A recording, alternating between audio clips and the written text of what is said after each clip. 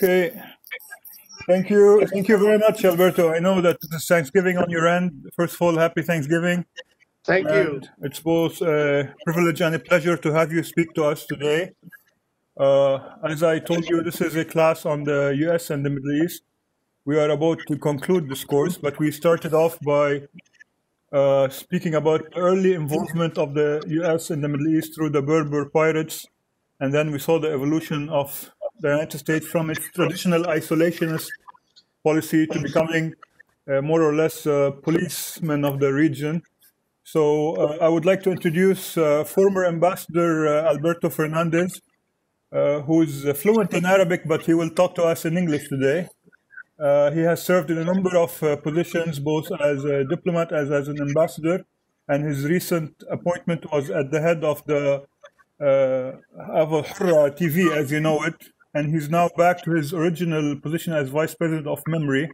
They follow the media in the region, and they provide translation as well as analysis. I would like to thank you, Alberto, before I leave the floor to you for a brief introduction, and we will open up the floor for any questions. We also have my colleague and friend, Professor Rena from the University in Austria and Finland, who also co-teaches this with me. And we also teach another course, which is Russia and the Middle East online. So we will be trying to engage you in your personal capacity as a diplomat as well as an analyst on the region. Thank you very much, Alberto. Great. Thank you so much, and thank you for inviting me. It's a real honor to be talking to all of you, and I especially look forward to the dialogue, and I look forward to Al-As'ila As-Saba, the difficult questions and the tough questions, and I feel everything, of course, is open to discussion and to controversy. So nothing is off limits as far as I'm concerned. There are many diplomats, former American diplomats, that can talk about these things, and I'm just one of them. But I do happen to have had, by chance, kind of an interesting career where I was at different times in moments of interest in the recent history of the region. Going back 30 years, it's hard to believe, but going back 30 years, I was in Kuwait until the day before the Iraqi invasion of Kuwait, and I lived those days leading up to the invasion in August 2nd, 1990. I left August 1st, 1990. When I served in Syria, I was in Syria under Hafiz al-Assad, and I was there at the time when the Syrian regime came this close to making peace with Israel, 1995. Very, very close, where it was a matter of a few hundred meters on the Golan, and the Assad regime was ready to make peace. As Farouk al-Shara told our ambassador at the time, he said, "Why not make peace? We got the Palestinian monkey off our back." This is the way he described it, meaning the PLO after it had made the Oslo deal with the Israelis. Later on, I had the opportunity of serving in Washington during the Tammuz War, so I got to see that very close, the war in Lebanon, 2006, between Israel and Hezbollah, and I had very much a front row seat on that. I was very active in the media speaking on that as well. And finally, I had the opportunity of being in Washington in the State Department, a relatively senior position at the time of the Arab Spring and the rise of Daesh. So this is, of course, the ISIS part of it was something I worked on. I thought it would be useful to do a Kamuraja, as a kind of resume or overview. I know you're in Beirut, and I know this is about the region, about the Middle East. It's not about Lebanon per se, but I thought I would touch on 4 opportunities I had. I'll just talk for about 10 minutes and 15 minutes at the most, and then we can open up the questions. About 4 engagements I had with Lebanon as a diplomat. I never served in Lebanon, not because it's about Lebanon, but because it's about the region, because it illuminates kind of larger aspects of U.S. foreign policy. Even though I served in the region since the 1980s, I actually never got to Lebanon until 2001. And I was sent to Lebanon in 2001. I was the public affairs officer at the U.S. Embassy in Amman, Jordan. And the reason I went to Lebanon is because part of my responsibility in Jordan was a small country with a very large American embassy, very large American regional presence in Jordan. And part of my empire in Jordan was something called the Arabic Book Program, which was the book program that the US government had set up in the 1950s in Beirut to promote translations of American books, to fight communism, to promote American democracy, to promote American society and culture, and was started in Beirut. It was started in Beirut and Cairo in the 1950s. When the Civil War broke out in Lebanon, it was moved to Beirut, moved to Amman. And so it was part of my responsibility. That office was part of my responsibility. And I had the pleasure of going to Beirut in 2001. And the reason for the visit was to forge ties with Lebanese publishers and bookstores to promote this, American soft power, to kind of reforge those ties between Lebanese publishers and Jordanian publishers who received funding from the Americans to produce certain content. Kind of an example, I think, of kind of the soft power of something the United States did, which continues to do to this day that we often forget.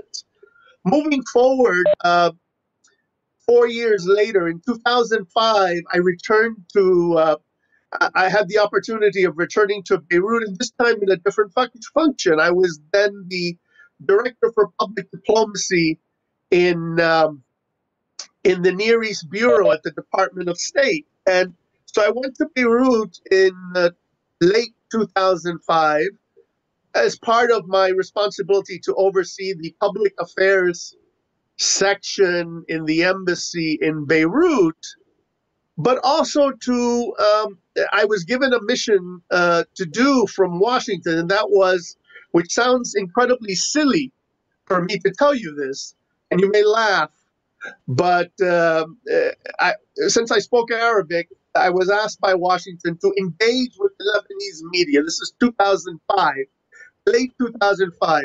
And what was the message that I was to deliver? This is, I am the freedom agenda of the Bush administration. And what I was told that I should say is, look, America is flexible. America is pragmatic.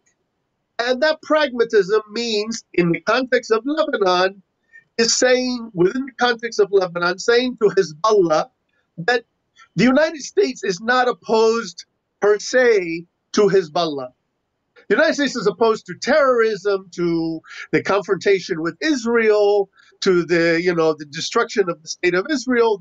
All those things are, red lines to the United States. But the idea that there is an Islamist Shia party in Lebanon that has a kind of religious political agenda, for the Americans, there's nothing wrong with that. Ala fikra, this is the same time that the Americans were delivering a similar message to Hamas.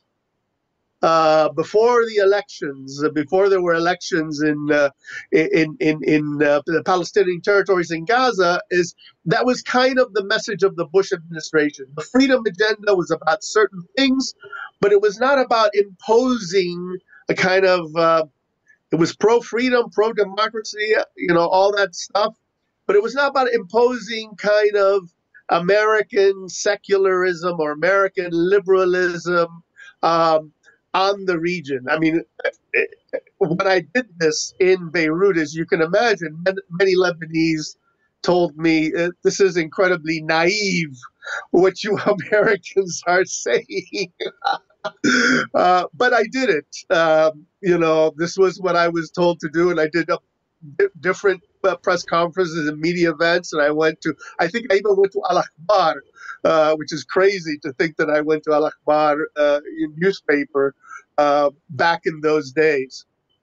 That was also a time when I got to go on a show that was based in Beirut at the time, Hiwar Maftuh, on Al Jazeera with Ghazan Ben Jiddu, was based in Beirut at the time. And I went and did a kind of an encounter between an American diplomat and Arab students. And Ghassan, it was a program that they broadcast, and Ghassan had about 20 Arab students studying or based in Beirut, and me kind of debating America, kind of your class, you could say, debating the issues or the topics of your class, but doing it online on Al Jazeera. The last engagement that I wanted to highlight with Beirut, and then I'll go to questions, was my last trip in the government. Fortunately, after I retired from government, I've been able to go to Lebanon many times without being part of the U.S. government. But the last time I went as part of the U.S. government was 2013. And it shows you how the situation had changed from 2005 to 2013. In 2005, I had meetings in the city. I had meetings. I was driven from here and there. In 2013, I was picked up by the embassy, with the motorcade at the airport, driven to Awkar, and locked up there for my entire visit.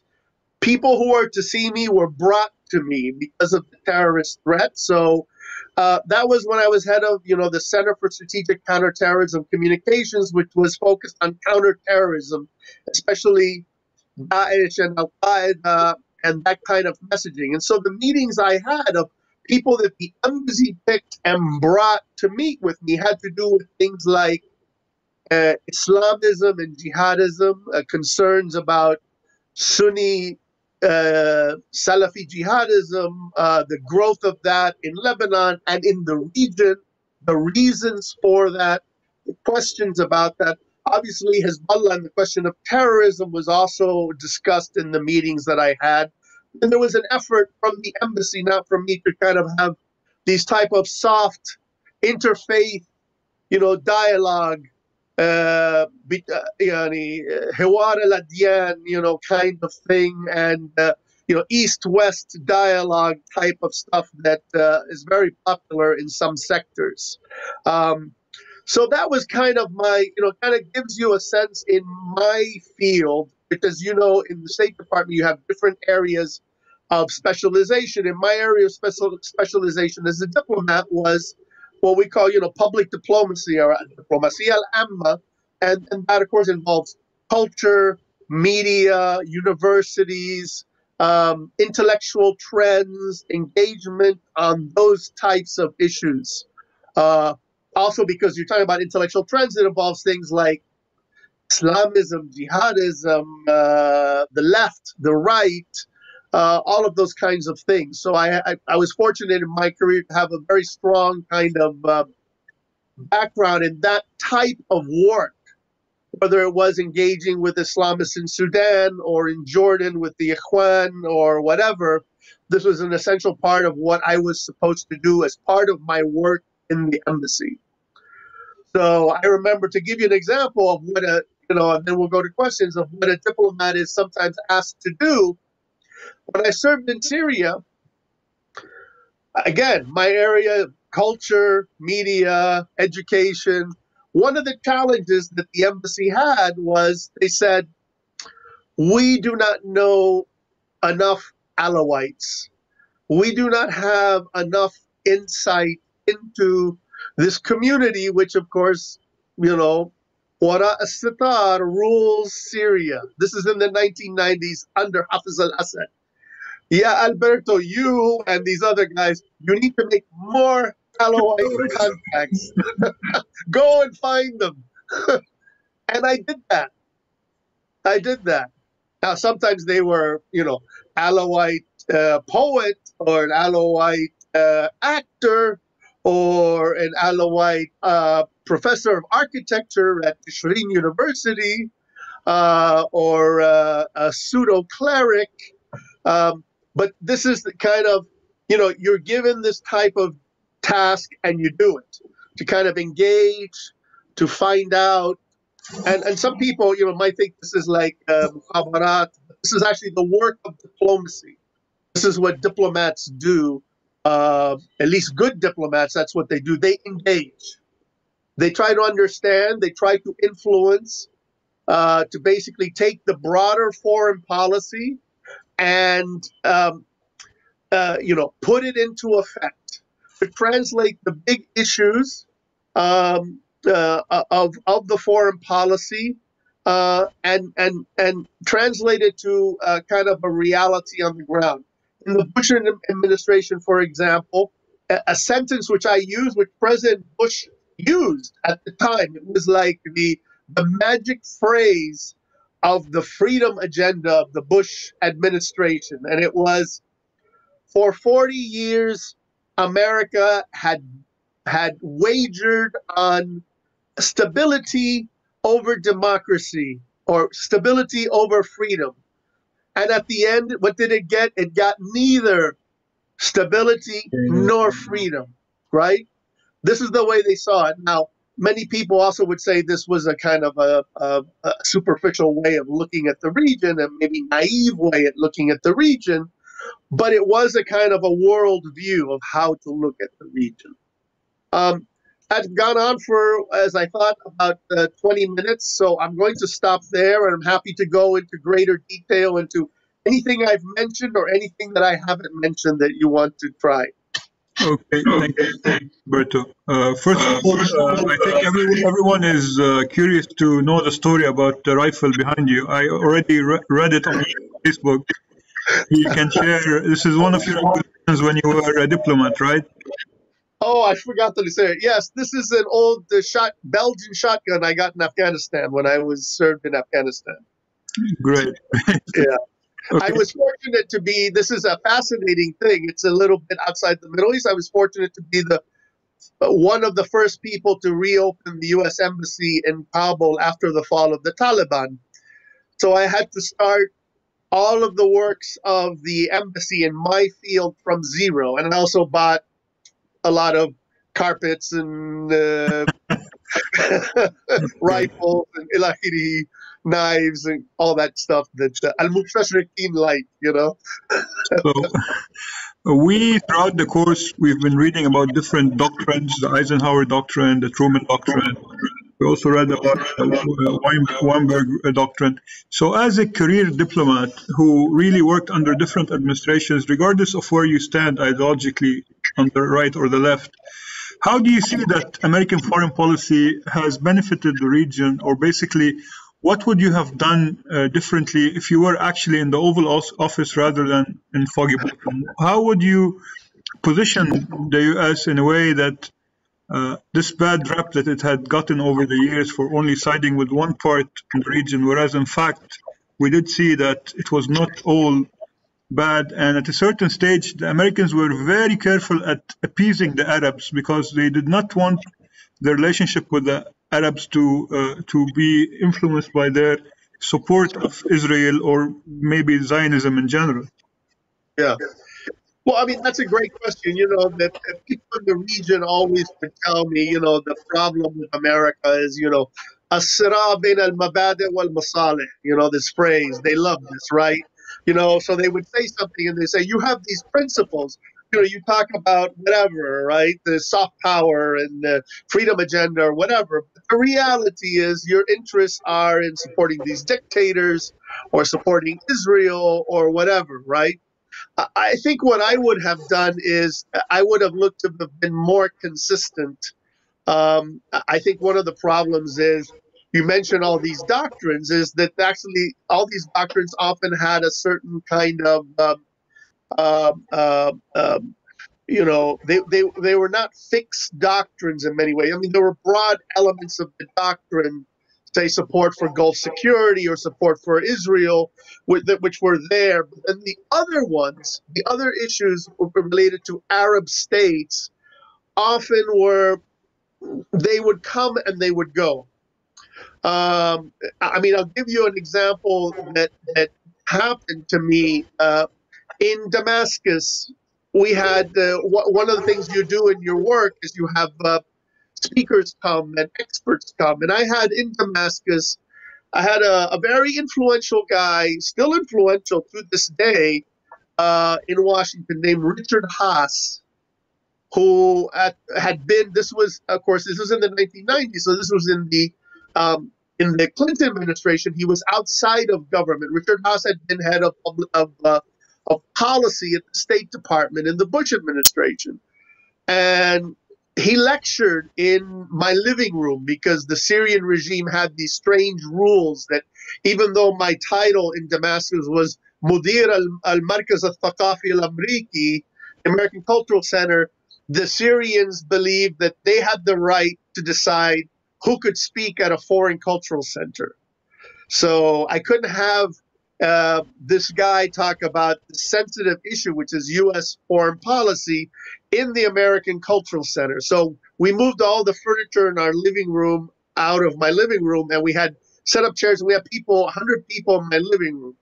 And Richard Haas said this thing, and people talked about the anger of the Arab street and the frustration of the Arab masses and all of this. And Haas said, look, I sympathize with what you're saying, but actually the Arab street and the Arab masses don't really matter. The region, this is like 1996 he's talking about, right?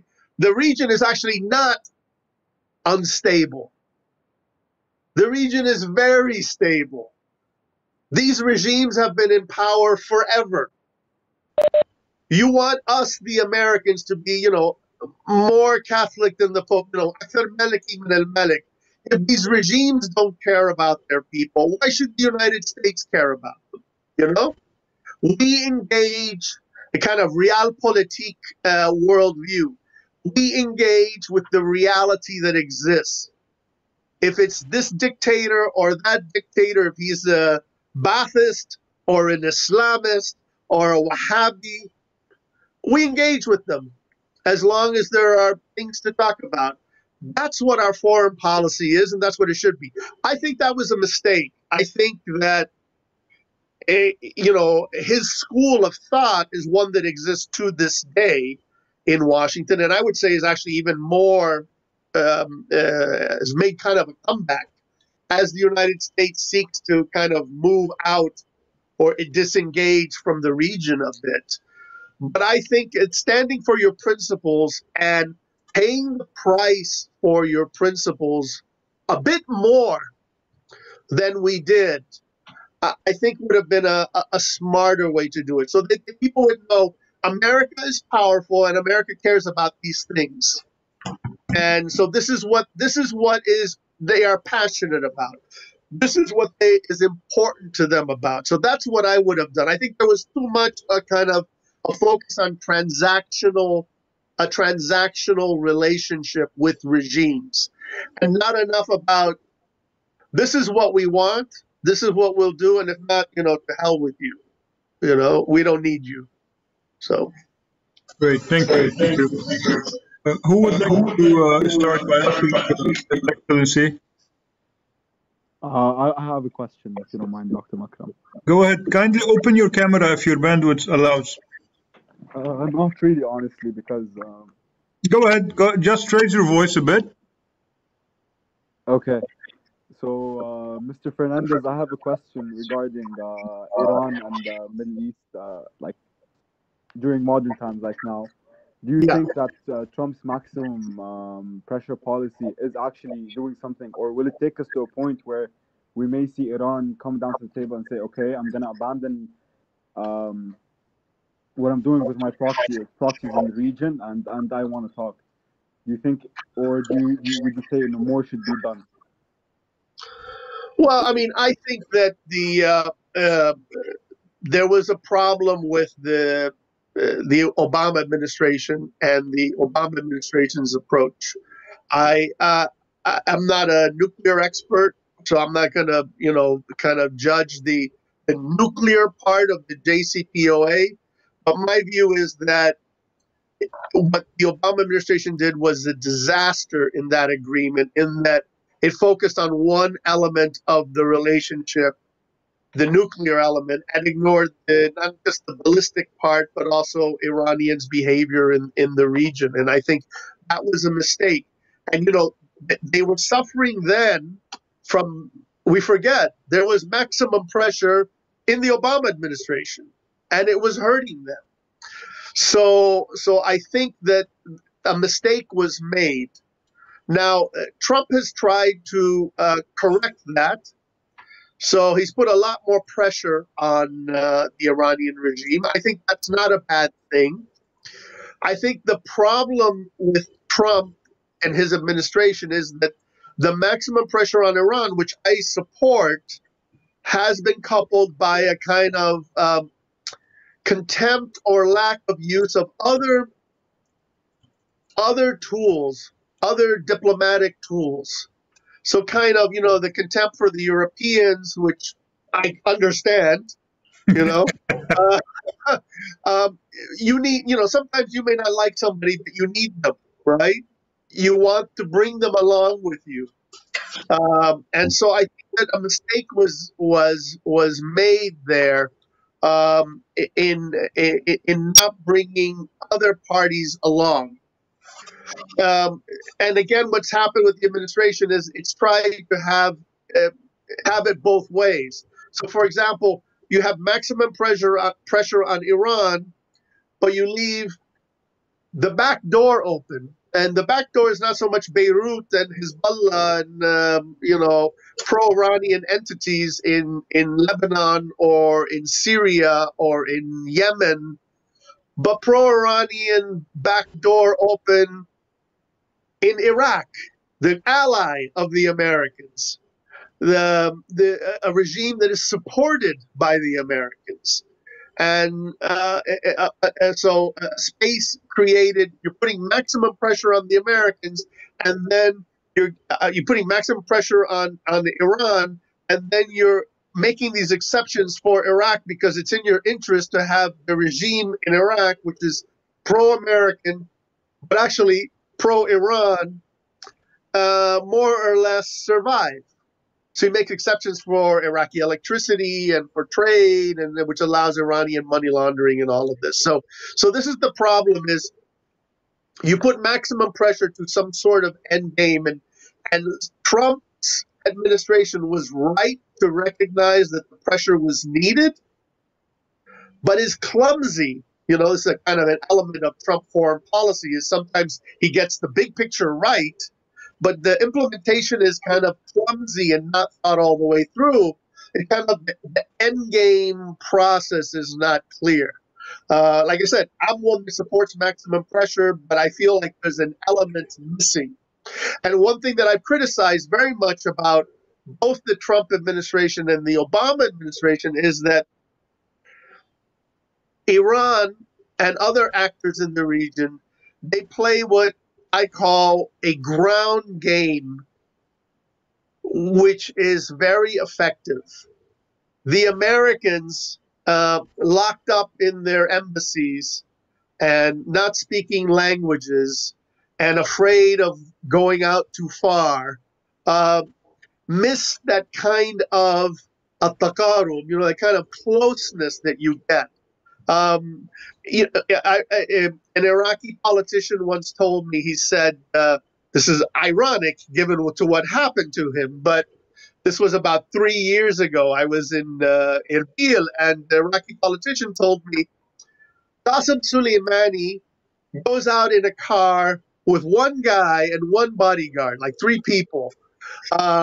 He doesn't need a motorcade. He doesn't need helicopters. The U.S. ambassador goes to a meeting, and he has helicopter gunships. He has a motorcade. He has hundreds of guards. He stays for a while and then leaves. Soleimani can stay overnight.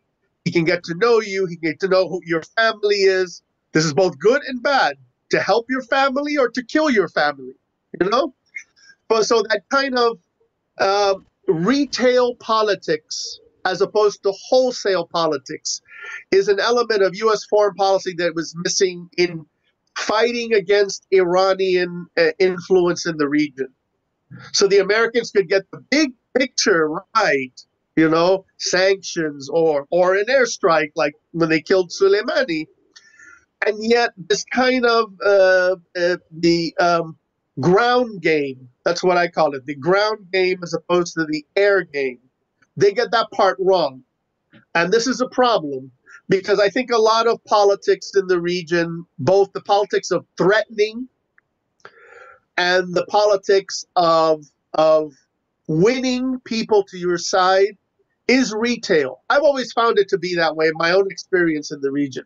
You forge relationships with people and you benefit from those relationships. And if that's true of a simple diplomat like me, how much more is it for a Soleimani or a whoever who has power and wasta and connections and can do you great good or great harm? That's a problem the Americans, I think, got wrong with Iran and with Iran's proxies in the region. Thank you, Alberto. Anyone else? Hi, Professor. Hello. Could you kindly open your wanted- camera if your bandwidth allows? Okay. 1 second. Okay, Leila, Can you hear me? تفضلي. Yes, of course. Okay. أول شيء I wanted to say welcome, Alberto Fernandez. Thank you for taking some time to answer some of our questions. Researching who you are and what you've done. To be like this one specific that you did with Al Jazeera, where you're heavily critiqued for, and I thought it was super interesting, and I wanted to ask of what you thought about Dick Cheney specifically and his how he ran like George Bush's administration and how he basically kind of triggered the Iraqi war. And what I wanted to also ask is specifically, do you think what happened, what Dick Cheney did was basically what any other economic hitman have done? I don't know if you've read the book Economic Hitman. Yeah, I do. Yeah, I'm familiar with it. And do you think what has been done in Iraq is basically developing on what economic hitmen have been doing in South America? Well, I don't. I've read the book and I disagree with it. First of all, I think Cheney was, you can look at it one of two ways. I think his legacy was in many ways disastrous, بدون شك. But if you look at it within the context of government, he was extraordinary in that he was probably the most consequential vice president, one of the most important and consequential vice presidents in American history in the sense of exercise of power, right? So you look at it within the context of American politics, he's a success. If you look at it in the context of the Middle East, he left a lot of broken pottery, a lot of destruction. Okay. However, look at Iraq. Iraq was a disaster for many Iraqi people, right? Many Iraqi people who lost their lives, not so much in the invasion in 2003, but in the following years, right? And yet, and I'm like a big critic of, as you know, as you mentioned, I'm a big critic of the intervention. It did remove a regime. Now, I feel that this is actually an element of U.S. foreign policy in the Bush administration and other administrations, which is they can get these big issues kind of right. Okay.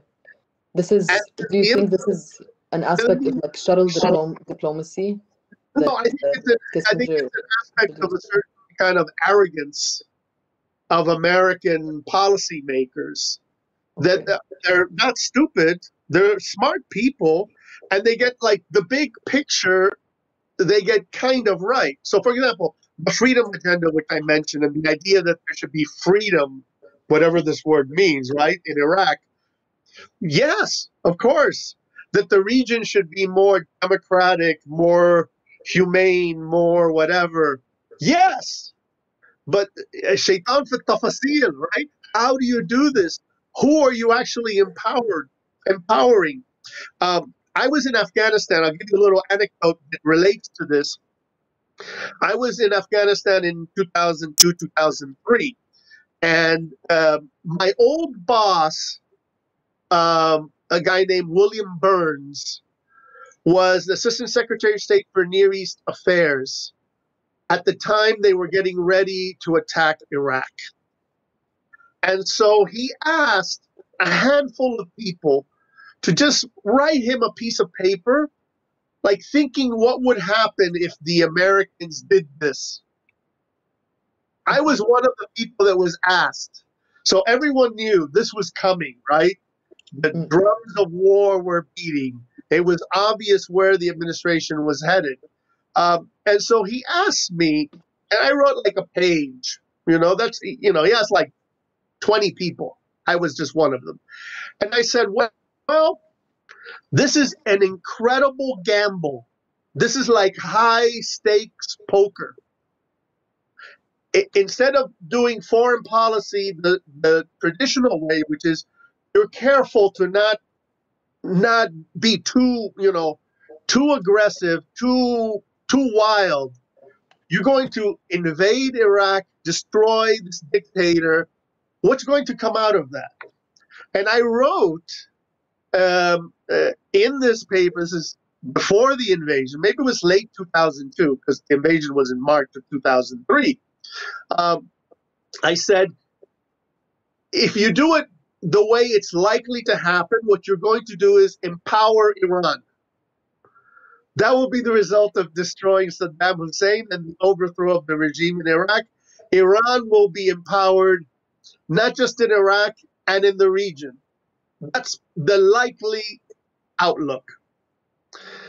I said the second one, less likely, is that somehow, if you engage very carefully and you're very smart and very lucky and everything breaks your way, yes, you could create some kind of pseudo-democratic Shia majority Iraq that is pro-American, that would be a counterweight to not just Iran, but to the other dictators in the region. I said, that's possible, but very unlikely. And why is it very unlikely? It's the thing I said earlier. It requires a type of engagement and care and, loving care, TLC, that the Americans can't do. It's easy to blow something up. It's difficult to carry out an ideological project. So that's the thing. It wasn't, what happened in Iraq was not like the interventions in Latin America, because the American project was not imposed on Iraq. There was a half-hearted attempt to do so, but it failed. So Cheney got like something right, that there's a problem in the Middle East. There's a problem in the Middle East with governance and with ideology. But then they got everything else wrong, and they didn't know what the hell they were doing.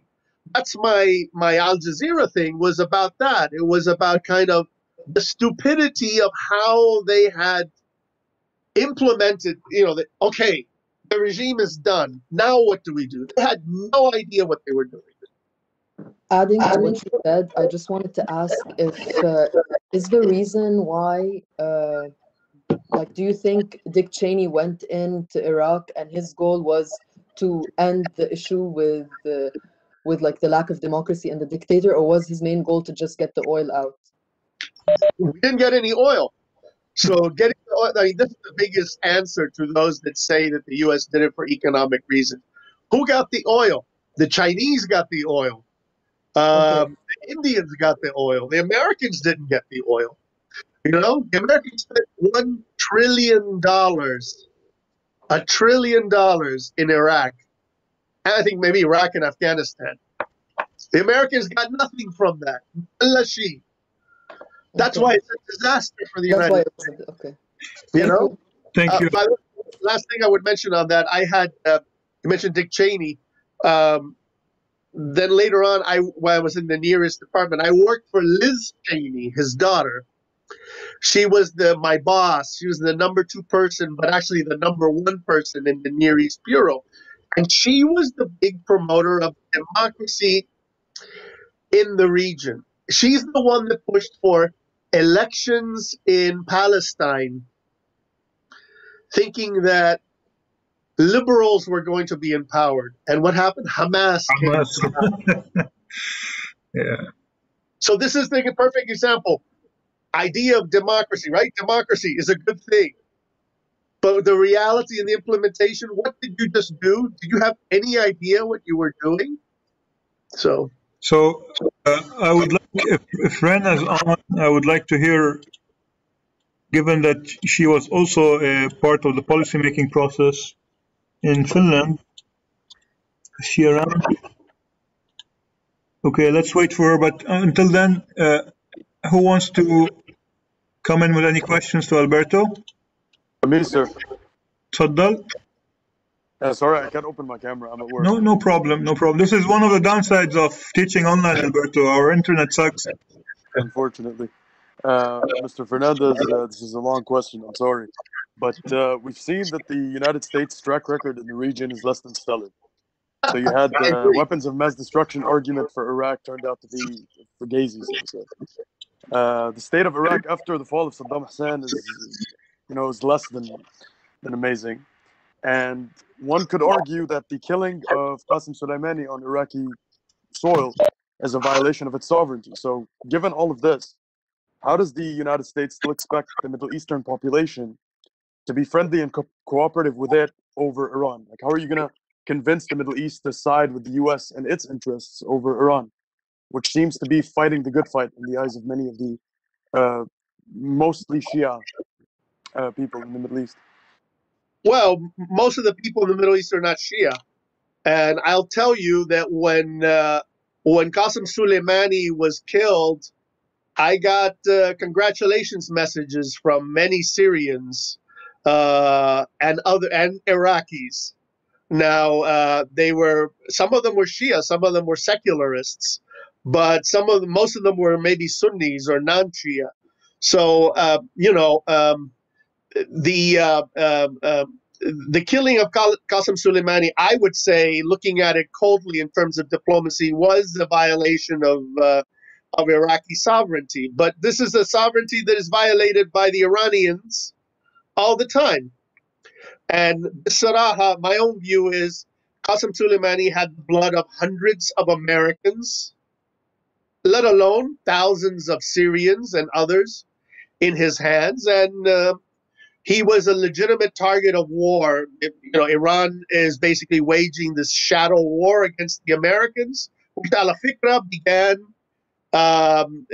in many ways in Beirut with the attack on the U.S. Embassy and the Marine barracks. This was Iran. This was Hezbollah. And so I don't have a problem with the tasfiyat al-hisabat ma Qasem Soleimani.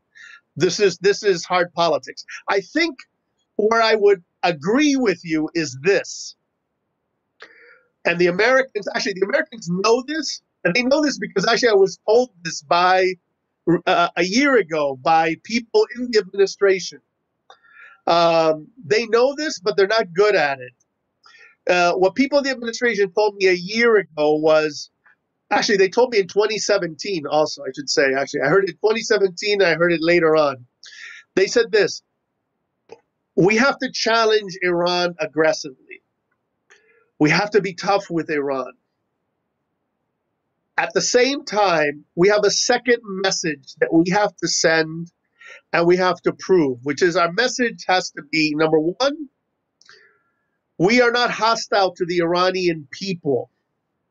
And number two, we have to find ways to show to the Arab Shia population in Iraq in Lebanon, in Yemen, in Bahrain, in Saudi Arabia, that the United States is not hostile to them, that the United States is open to them, the United States wants to help them, and to kind of separate Iran from populations that maybe feel that they've been driven or forced into the safety of Iran because they're threatened by, Salafi jihadism or Al-Anzam al-Arabiya, etc. So the Americans realized that, but I don't think they did a very good job at demonstrating that, So that's the way I see it. You have to differentiate populations, people, whether these are Arab Shia or any oppressed minority, who feels driven to be in the kind of shadow of the Iranian regime, separate that from Wilayat al-Faqih, from the Revolutionary Guards, the Pasdaran, from the Qasem Soleimanis of the world. So what the Americans have to do, and they didn't do this very well, I think, is be very aggressive and very tough with the Qasem Soleimanis of the world, but find a way to be better friends, better allies of those communities which the militias in Iraq or Hezbollah or whoever uses to kind of project power. So it's like, again, kind of like the previous question, often what happens is the Americans get part of the problem right and then part of the problem wrong, and sometimes very wrong. I think there was a real missed opportunity. Trump, and you can debate Trump forever, and his policies in the Middle East, in my view, were not a disaster. He actually got a lot of things right in the Middle East. But there were things he could have done much better that he didn't do. So killing Qasem Soleimani is not a bad thing that he did. But a lot of this stuff which requires hard work, the hard work of diplomacy, the hard work of engagement, they either were not able or not willing to do that kind of stuff. It's, again, thinking that you can solve the problems of the region from Foggy Bottom, from Washington, D.C., or from a drone, or from B-52, rather than realizing that the region is much more complicated, it requires engagement, it requires trade-offs that Washington, is not willing or not able to make. That's the way I would answer your question. Thank you, Alberto. Who else? Professor, I have a question. Hey, nice. Do I turn on my camera? I would greatly appreciate it. Okay. Okay. First of all, hi, Sir Fernandez. Thanks for answering our questions. So my question, because I'm actually curious to know, what do you think about? You broke up at first, Mike. Could you repeat yourself, please? Yeah, I'm saying my question is a bit more Lebanese central rather than the whole region. I'm curious to know, what do you think about American sanctions on political individuals rather than a whole country? Because today in Lebanon, there are certain politicians who have sanctions on them. And recently it reached a really big politician, Gibran Bassil, but they almost seem unaffected. They almost seem like they don't really care. And the Lebanese people were really happy about these sanctions in the beginning, but now they feel as if like they're almost useless. So what really is the deal about sanctions? Would it help the country, or is it not really going to do anything in the long term? Well, I think, look, sanctions are a blunt instrument. In other words, they're not a scalpel. So what you try to do with individual sanctions is to make them more precise, more specific. there's a larger discussion that we can have, is that the Americans depend too much on sanctions. You know, the Americans have this incredible, because of the world economic system, the way it's designed, and the world financial system, the Americans have unique sanctions power that no other country has. But like anything, if you use it too much, it kind of loses its uniqueness. I'm a big believer in naming and shaming criminals in Lebanon and anywhere else. And so I was very happy when they went after Gibran Bassil. I've laughed and mocked at him for many years, and I'm in favor of that. But the way he's acted is completely predictable. I see it as PR. What he's doing is he's portraying himself that these don't matter, they don't affect me, and stuff like that. But the goal is what is the goal of sanctions? I mean, he's not going to be traveling to Washington with his girlfriend as he used to do a couple of years ago, leaving his wife, the daughter of the president, back in Beirut. He did this, you know, and having a good time. So what it does is, all the sanctions do is make life a little more difficult for them. Of course, he's going to say, I'm fine, this doesn't hurt me at all.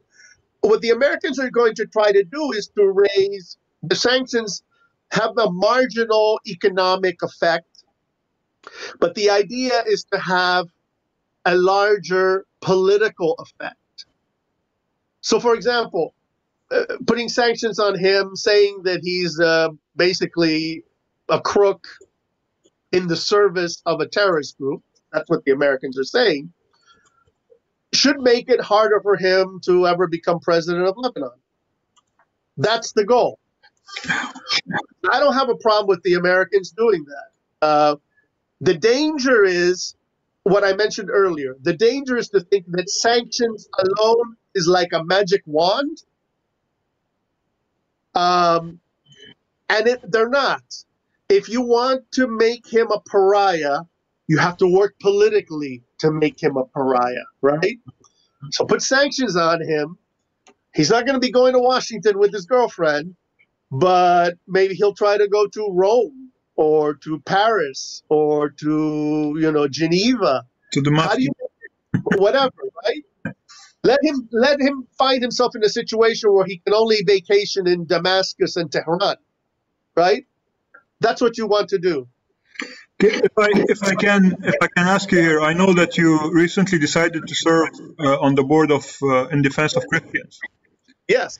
And I know where you stand on this, but also I know that Gibran Bassil for the longest time has been promoting the idea that this alliance of minorities, quote unquote, of non-Sunnis is the only guarantee for these minorities, and primarily the Catholics and the Maronites of the East. And as experience has showed that this so-called alliance of minorities is one of the reasons why the Christians will go extinct, because certainly they have been used by Iran and by the Assad regime to actually implode these entities from the inside, the same entities who these very proud Christians helped develop to begin with. So I would like to know where you stand on this. No, I agree with you. That's exactly how I see it. I mean, I joined IDC because I'm first of all, I'm a Christian who's been writing about Christians of the Middle East for 40 years. I did my master's thesis on this subject. Now it's fashionable in a bad way. Some disasters that have happened and stuff like that. This is an academic and personal interest that I've had going back to my college days. So I did my master's thesis on the Coptic Orthodox Church. I did research on the Assyrians of the Khabur River in Syria in the 1990s, published research. So this is something which I care about in a kind of personal and intellectual and academic context. But I absolutely agree with you. What Iran, Assad, Russia are trying to do is to use these threatened communities as a kind of kind of whitewashing for their actions. And I've written about this. I wrote a piece how a perfect example. There's a militia. The Iranians established a militia in Iraq called Katibat Babel, the Babylon Brigade, and it's a Christian militia. Actually, there are like 3 Christians in it. All the rest are Iranian agents, Shia mostly, and even one of the Christians. The story is that he's converted, quietly converted.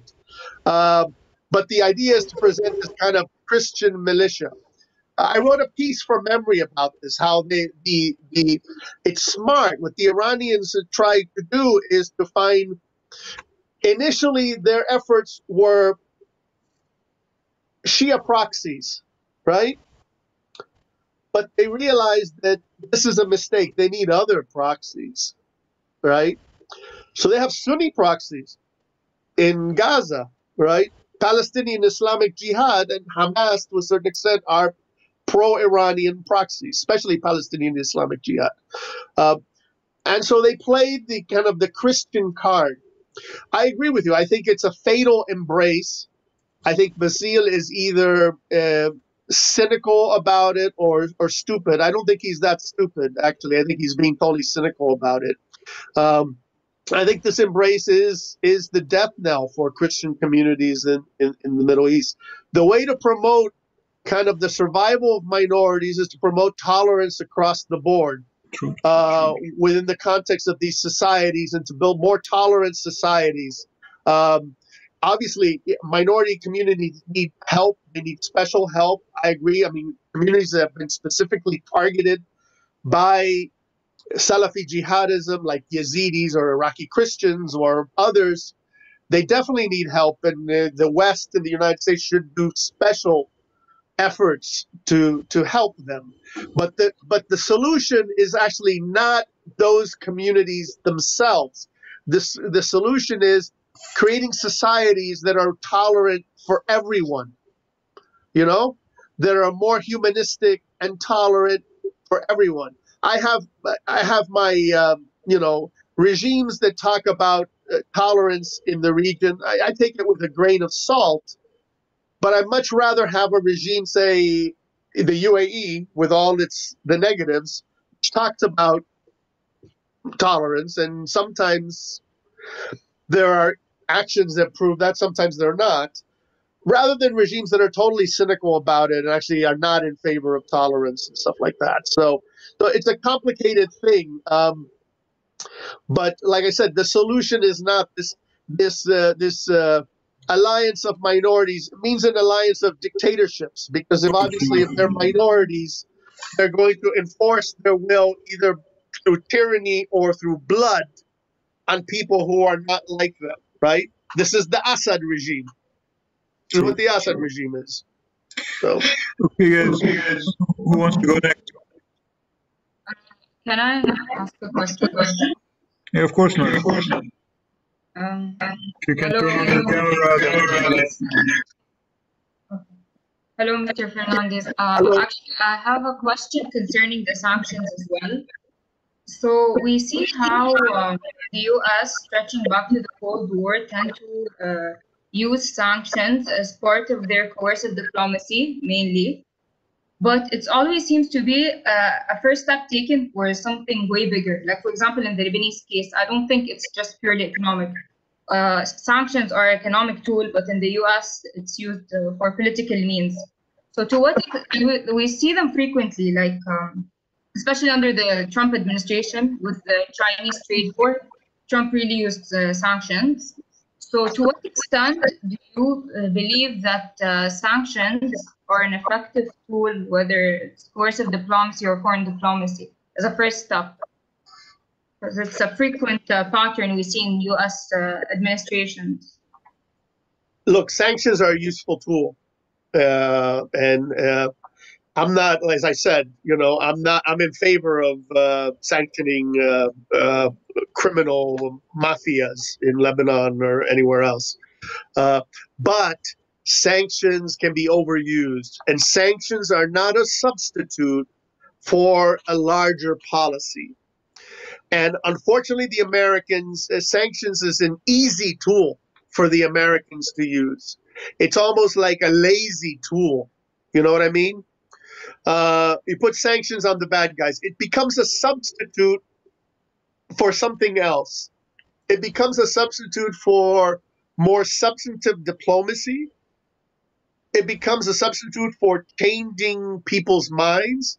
And sometimes, of course, it's a substitute for military action. So this is the problem. Mabda'iyan, in principle, it's an extraordinary tool that the Americans have. Why wouldn't they use them? You know, the global financial system is basically American to a large extent. So, of course, if you have this tool, why wouldn't you use it?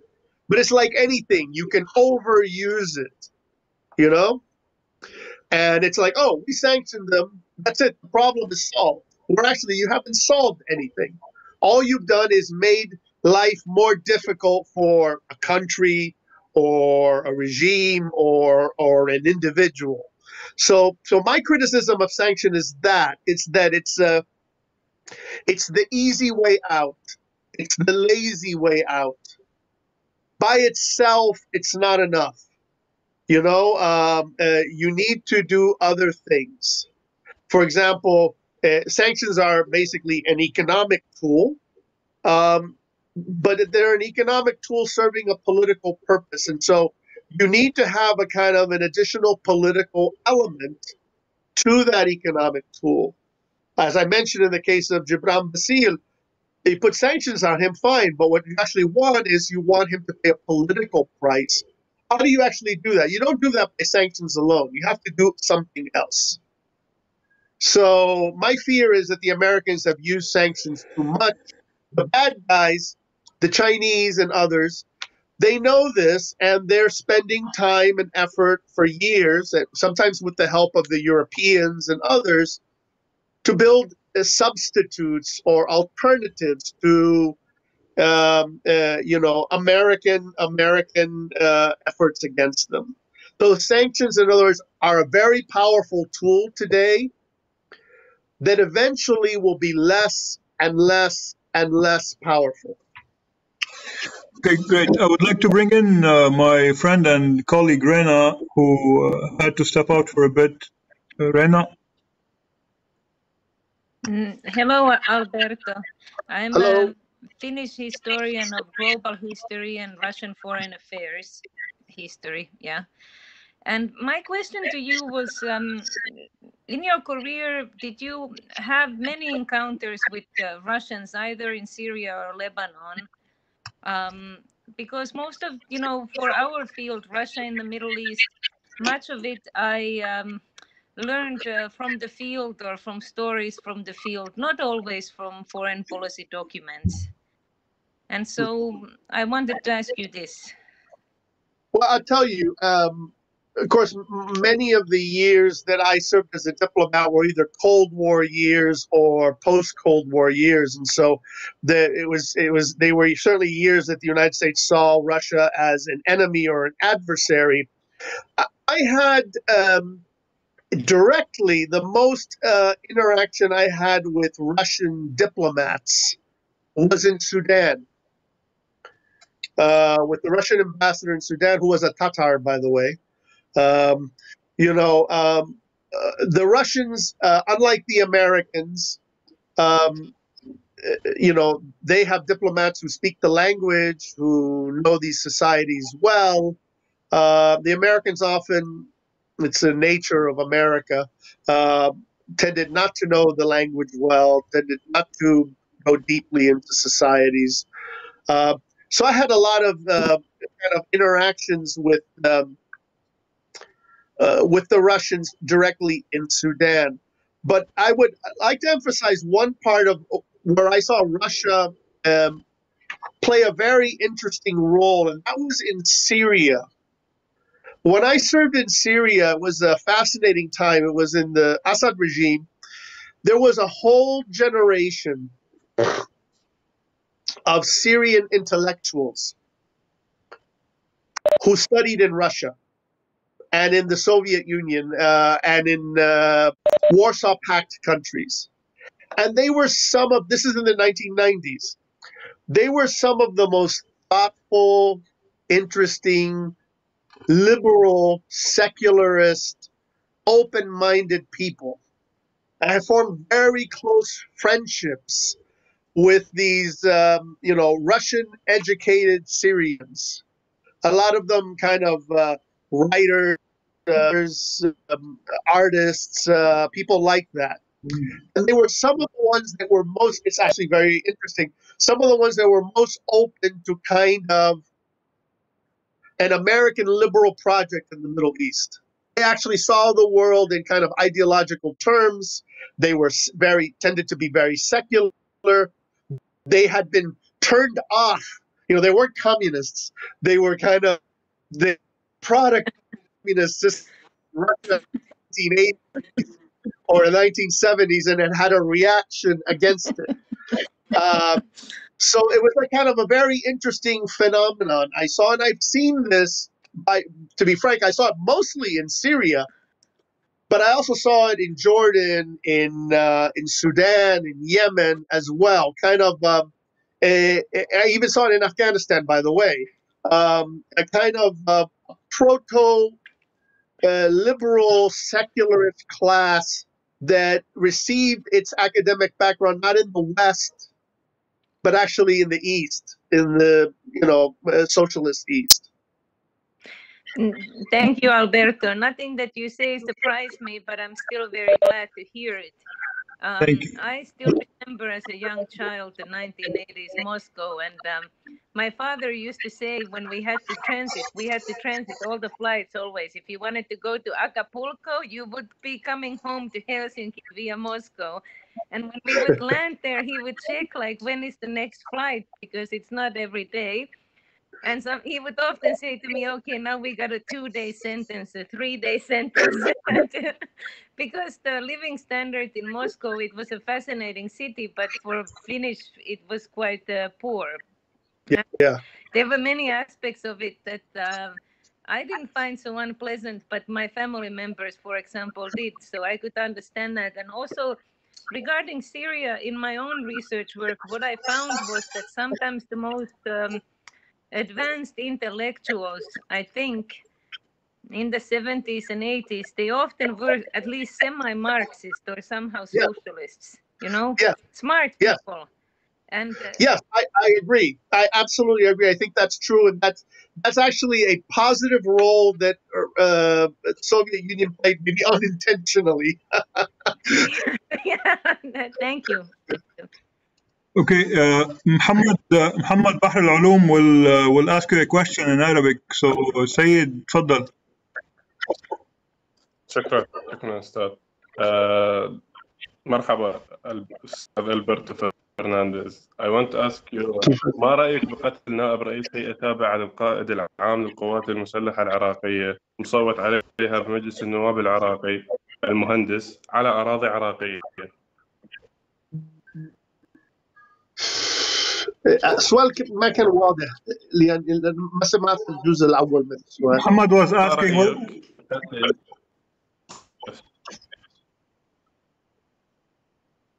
شو رأيي عن شؤون العراق؟ He's asking you particularly about the assassination of Al-Muhandis.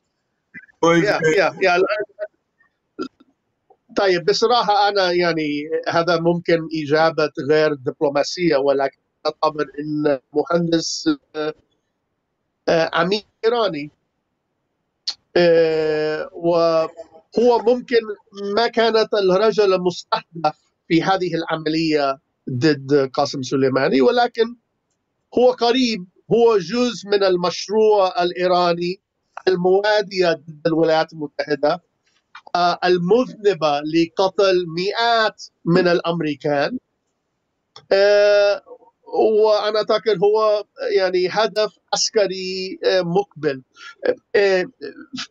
عندنا وضع غريب في العراق. عندنا عملاء من النظام الإيراني داخل البنية التحتية الإرهابية الأمنية والحكومية في الحكومة العراق. فعندك هذه المشهد الغريب، عندك الفسائل موظفين الدولة العراقية اللي يحاربوا ويقاتلوا ناس في الحكومة العراقية. هذا غير منطقي، هذا جنون هبل. فأنا أعتبر أن المهندس واحد من هذول الناس، وطبعا هو شخصية بارزة وشخصية مهمة، ولكن أنا ما عندي دموع لنهاية هذا الرجل الدموي العنيف. إذا حضرتك تعتبره مجرم؟ أنا أعتبر أنه هو مو بس مجرم، أنا أعتبر أنه هو كان مذنبا في عمليات ضد الأمريكان. مثلا قلت حسب معلوماتي هو ما كانت المستهدف كان قاسم سليماني. نعم. ولكن هو كان معه. واضح. فهذا الرأي الشخصي، إن يعني هذه الأشياء صار في الحرب. نعم. بنفس الوقت إريك برينس مؤسس شركة بلاك ووتر ليس مجرم، ليس مذنب، لا يستحق السجن أو القتل، عاد تأسيس شركة مقرها هونغ كونغ تعمل في العراق. أنا ما عندي، أنا لست مع إريك برينس. أنا أعتقد أنا المرات مكمل الفكرة. المرات اللي أنا كنت في العراق خلال الاحتلال، أنا شفت هذه الهراس الأمريكان والغير الأمريكان، وأنا أعتقد أن هذول الناس ما كان بحبهم. يعني شفت معاملة ما هو، أنا لا أحكي عن العنف أو القتل في بعض القضايا، ولكن أحكي عن هذول الناس كان مثل يعني مجرمين، ومعاملتهم مع المواطن العراقي العادي كانت نوع من العنصرية وغطرسة. لما أنا حكيت في الجزيرة قبل 14 سنة عن غطرسة وغباء أمريكية في العراق، جزء من هذه الغطرسة والغباء كانت المعاملة من هذه الشركات الأمنية والمواطن العراقي العادي.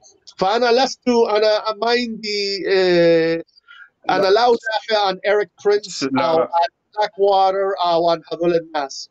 لا يعني أنا سؤالي يعني كيف إن شخص مثل إريك برينس لا يستحق أن يحاسب كمجرم في حين أبو مهدي المهندس يجب أن يعامل كمجرم؟ يعني على يد مين؟ إذا أنت مثلا تقصد عن العدالة العراقية، إذا في شيء اللي حقيقة هي عدالة عراقية، يعني أنا أعتقد أن الأولوية ليست إريك برينس، الأولوية ممكن هو هاشم الحسيني أو مئات من المواطنين العراقيين ضحايا من القوة الثالثة في العراق. ولكن إذا السلطة القضائية في العراق تريد أن تركز على إريك برينس، أنا ما عندي مانع. تفضلوا. لا أنا أسأل عن أن القضاء الأمريكي يجرم أبو مهدي المهندس ولا يجرم إريك برينس. ولكن محمد واضح أنه ممارسات الأكثر جوديشال اللي عندهم إياها بلاك ووتر هو شيء لا يؤيده، ويقول بأن عنصرية الجماعات. إنه جاوب ألبرتو جاوب على هذا الموضوع. بس اللي أفهم أن الإدارات الأمريكية كيف تصنف المجرمين وكيف تعاملهم. هل هناك معيار واحد لمعاملة المجرمين أم لا؟ يعني إذا أنت تحكي عن مقياس كيف دولة معينة تقرر أن فلان مجرم أو غير مجرم، هذا حسب قوانين هذه الدولة. يعني وأنا أعرف أن في ناس في الشرق الأوسط يفتكروا أن أمريكا يعني لماذا أمريكا تتدخل ولماذا أمريكا تقرر هذا العالم. أنا أمريكي، أنا ما عندي إجابة أخرى. أنا أعتقد بشكل عام هذه القرارات في منطق. أنا ممكن أوافق أو لا أوافق عن هذا المنطق، ولكن أنا أفهم هذه الأشياء. أنا أعرف شيئا، هذا ليس إريك برينس، ولكن أنا أعرف أن في أمريكان جنود وغير جنود، والسلطة الأمريكية والقضاء الأمريكية أرسلوهم للسجن وصرفوا سنوات في السجن في الولايات المتحدة. فهذا يعني على الأقل أحيانا كان في عدالة في بعض القضايا، ممكن خصوصا بعض القضايا قتل الناس، بعض الناس في العراق. يعني في ناس في أمريكا السجن حتى اليوم، اللي كان في الجيش الأمريكي أو في المرتبط بالسلطة الأمريكية في السجن اليوم. والسجن الأمريكي ليست شيء سهلة في السجن اليوم بسبب سلوكهم في العراق. شكرا. Alberto, أنا ممنونك. شكرا. Thank you very much for this very interesting talk. Thank you for giving us your Thanksgiving morning. I wish you and your family a very pleasant Thanksgiving, and always a pleasure to listen to you either on TV or in our class. On behalf of my students and myself, we would like to thank you and see you soon, hopefully. Thank you, inshallah. Thank you very much. الله يخليك. الله يحفظك. ممنونك. شكرا جزيلا. شكرا.